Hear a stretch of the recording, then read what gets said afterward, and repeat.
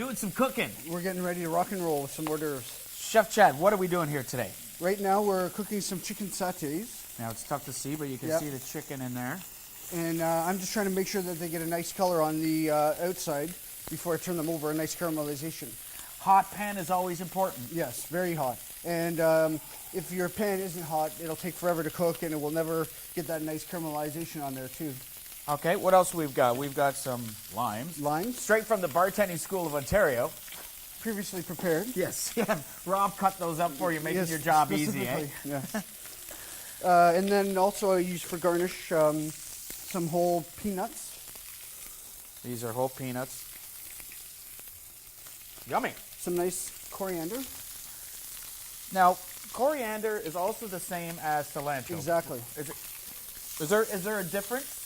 No, it's the same. The only difference is it's the same herb, just different name. I think maybe they call it cilantro in maybe in Mexico or something like that, and coriander in Asia or Europe and Asia. Gotcha. So you can see, let me just hold this up again, Chef, and I hope I don't burn the place down. You can see that nice caramelization that he's got on that chicken, holding in all its juices. So now that's what you're looking for, because I just waited for the other side to get brown before I could see it was brown, and then I decided to flip it over. So what was one of Chef Ramsay's favorite things to cook? Is there anything in particular that he's just like, he's passionate about all his cooking? Yeah. Right? Was there anything in particular that he's just like, no, man, you got to do this right. If you don't do this right, just don't do it at all? Well, I think it's all the basics, you know what I mean? Like, if you're going to chop something up, make sure it's done properly. You know, the dice had to be the right size.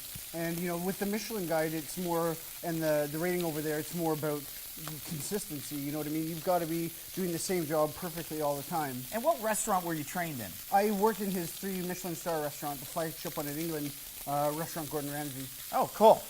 Cool. And I'm sure we'll talk about this in future episodes Definitely of our podcast, but did he ever throw anything at you? He actually did. What? He threw me a ravioli at my head. A ravioli? Yeah. Was it why? Because it wasn't cooked. Then it was undercooked, I think. There you go. So he threw it at me, and I'll tell you, I never did that again.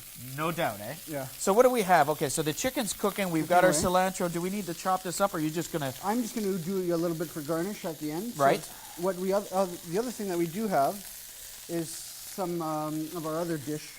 And what I have here are just baguettes with sliced up, and I seasoned with olive oil and salt and pepper. And then we're going to put these down on this other side of this plate. And then if you want to help me... Yep. Get me doing some work here, Chef, and you can keep an eye on the chicken. Then what you need to do is just like that. A good dollop of it. And then there's going to be a little bit of garnish for this lavender at the end. All right. Was that the correct terminology? Dollop? Yes, well, yeah, more or less. You could say You no. can say spoon, scoop. Dollop seems more of an English thing. We got a bit of a dollop on that. That was terrible. Bit of a dollop. So you're also, well, you wrote the book that we spoke of. Yes. Tell us a little about your catering company. I have a catering company called Chef for All Seasons, which you can see on my logo here. I do weddings, in-home catering. I do basically small intimate dinners or two, and anything through to big weddings and pretty much anything in between. And you know what's funny, now that we have Bartending School of Ontario on board, you guys were talking during the podcast, and we're going to go back to the podcast once we're done cooking here, but they also have students, graduated students, that are available for bartending. So a lot of times you're getting questions asked from people looking for your services going, do you have a bartender? Yeah. Now you do. And they said the same thing, is they always get asked about, do you have a chef, or can you do this, or can you cook this, and they don't. I'm creating marriages here on this podcast. It's networking. Okay, so what are we adding here? A little extra virgin olive oil? Now, one thing, I put this in at the beginning. Yep. But one thing I always like to make sure is, regardless if I'm a chef or not, you know, at home or whatever, even for me, if I just want to make sure that these are actually cooked properly. Right. Very important, especially with chicken. Exactly. So I don't like to take chances, so they don't take long. And you have to keep in mind, folks, that we're cooking this in our television studio. So we're really not equipped, but you came prepared, so you can do this anywhere. Exactly.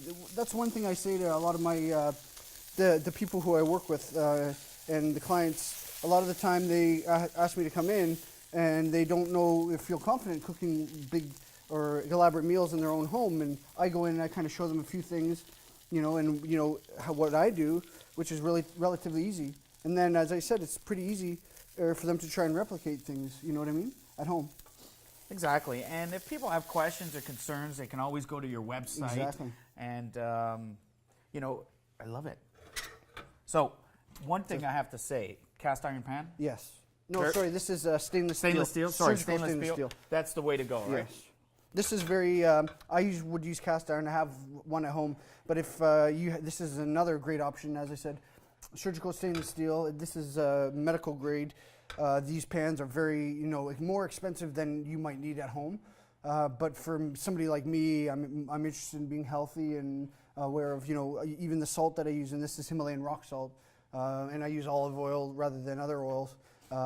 So I'm very aware of the health side of things, especially over the last 5 or 10 years. I mean, everybody's been going healthy and trying to being more educated about food and stuff, which is good. Exactly. Okay, so what's our next steps? Do we plate this up and we're going to bring it back in the studio so Deb and Rob can try it as well? Will have to try it. All right, let's do that. Excellent. We are now going to head over to the studio. We're going to plate this back up and the podcast continues. Excellent.